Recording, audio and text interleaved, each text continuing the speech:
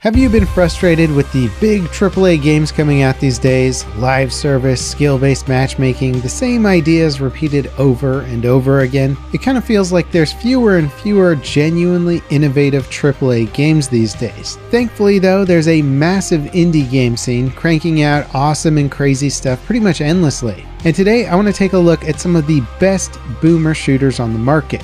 Now, what is a boomer shooter, you might be asking? Basically, it's a retro-style shooter featuring elements of gameplay and or visuals from the classic era of FPS games, but with new ideas and fun evolutions, plus they can be built by much smaller teams of people, so they can experiment a lot more.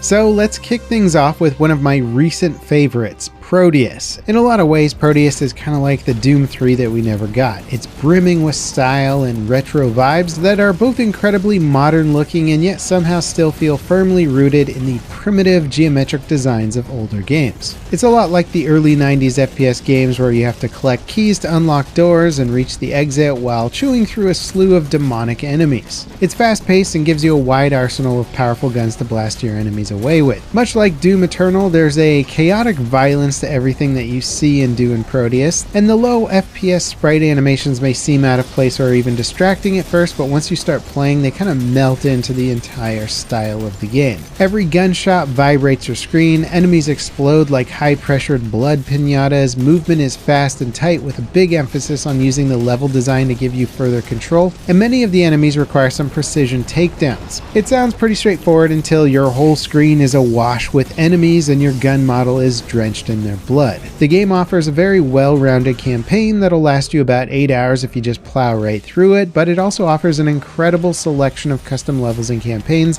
as it comes with a built-in level editor that lets you create and publish your own content for other players to enjoy. The developers even hosted a map contest after Proteus left early access and compiled the winners into an extremely diverse and fun campaign experience. And when it comes to boomer shooters, Proteus is probably one of my favorites. It's the most boomer, the most shooter, and it comes with some excellent mods. While recording footage for this video, I found a campaign that's basically a horror game with incredibly limited ammo and lighting so dark that I had to squint in real life just to see where I was going. There's also this custom level that feels like a huge expansion of Duke Nukem 3D's first level, Hollywood Holocaust. There's just a lot of really fun stuff going on with Proteus, and it's absolutely worth your time.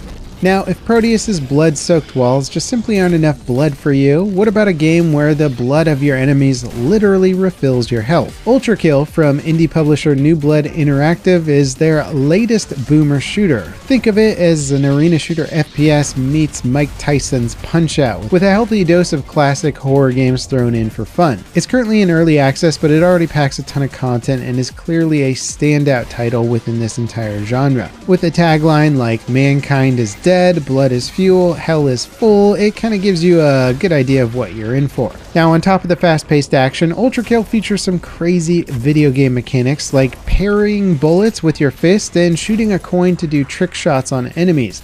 The developers also have a pretty fun sense of humor, and the game features tons of levels and secrets that riff off of other games like Minecraft or Garry's Mod and The Witness. And if you saw my recent video about the death of the arena shooter FPS game and got a little nostalgic about those titles, Ultra Kill is definitely a game that will fill that Quake-shaped void in your sweaty gamer heart. Now, New Blood Interactive is the name that's going to come up when you're looking at boomer shooters. They published Ultra Kill, but they also published the retro-inspired FPS Dusk, which could be argued as one of the main games that sparked a huge boomer shooter craze. This game is the ultimate throwback to the mid-90s FPS games like Quake, Blood, and Heretic. At first glance, it's kind of a dingy-looking cartoony game with goofy character models and seemingly poorly textured environments, but the deeper you get, the tighter the gameplay starts to feel, and the more insane the levels get. And then you start to realize that you can do mid-air flips and the gameplay just starts to click. It's as much an immersive sim as it is an arena shooter as well. By the end of Dusk, you'll be fighting your way out of levels that are basically MC Escher nightmares. It's honestly a deceptively well-crafted masterpiece of an FPS, and will likely rank high among the greatest boomer shooters ever for years to come.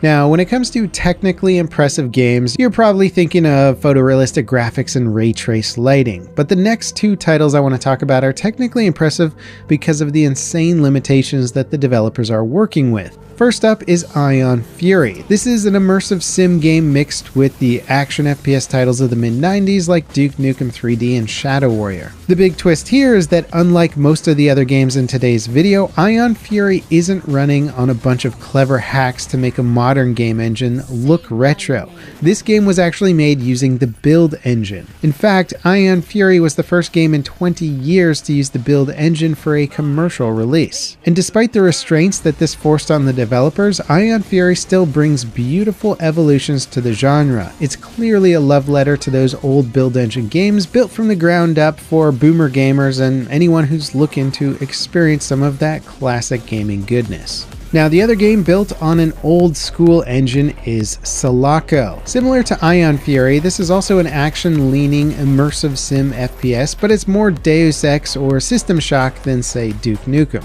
It's also being made with the GZ Doom engine. The engine is kind of a fork of a source port of the original Doom engine. In other words, it's like a modernized version of the original Doom engine, and GZ Doom is incredibly popular with modders, and you'd be surprised by just how many new mods and games actually use it.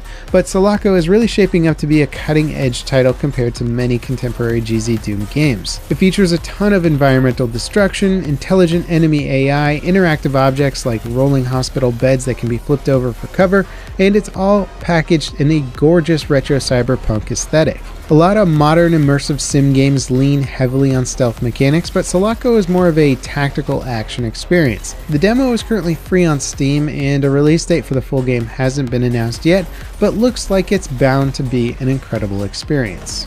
Now, if you've ever heard the term Slavjank, congratulations, you've probably watched a Civi video. It pretty much means a game made by Eastern European developers in the mid-2000s where ambition and creativity were contained by shoestring budgets and probably poor work conditions. Some of the games in this genre, if you can even call it that, are considered cult classics or even masterpieces. They may be janky, but they're innovative, original, and unmistakably weird. So if you're looking for a more modern game that embodies the spirit of Slavjank, look no further than Hrot, or H-Hrot, not really sure how you say the name. Like Dusk, Hrot leans into the arena FPS feel while pulling inspiration from the early days of Doom clones. Each level seems to be built like an interconnected maze, and you'll spend most of your time bouncing through their rooms, lobbing grenades, and shotgun blasting your way through cartoonish yet creepy enemies. The goal is simple: find a series of keys to unlock doors that lead to the level's exit. Ammo and enemies seem to be placed with extreme care to ensure that you're always on your toes, and there's plenty of surprise monster closets and hilarious bosses, like a giant merry-go-round ape character that doesn't attack until you shoot it. The Slavjank of Hrot is basically its core inspiration. It takes the wonky character animations, barren environments, and low-budget presentation typical of its style and reimagines them as core design elements. The enemies move in jarring and stilted animations. The levels are mostly geometric right angles and low-resolution textures, and the overall presentation of the game could be summarized as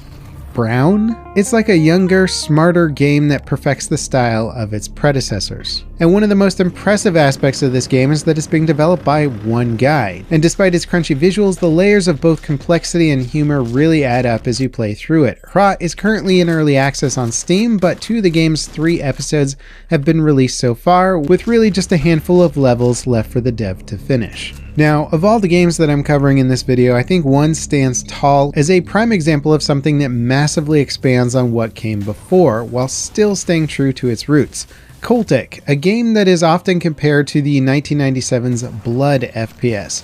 Both games feature throwable dynamite that you can use to dispatch groups of enemies. Both feature, you guessed it, cults, and both are expertly crafted FPS games with a wide variety of locations and weapons. But where Coltic really shines is its unique art style and incredible complexity. You don't just toss dynamite in Coltic, you can throw it and shoot it to blow it up, or light it then throw it, or hold a pistol in one hand and toss dynamite with the other hand, or combine the dynamite with a Molotov cocktail to make an even bigger explosion. And I'm pretty sure I'm not even scratching the surface of how all the cultic weapons combine. What I do know is that the game is a fast-paced fever dream of non-stop horror and action FPS gameplay, laced with super slow-mo headshots and incredible level design. And beyond the gameplay, Coltic is also a story-driven experience that casts you as a disgraced detective trying to get to the bottom of a recent kidnapping and murder case. Your investigation led to you awaking being in an open mass grave, and that's where the game starts, and the rest of the story unfolds in notes that you find scattered throughout each map. It's a masterclass in old school storytelling packaged in a beautiful visual presentation that's really unlike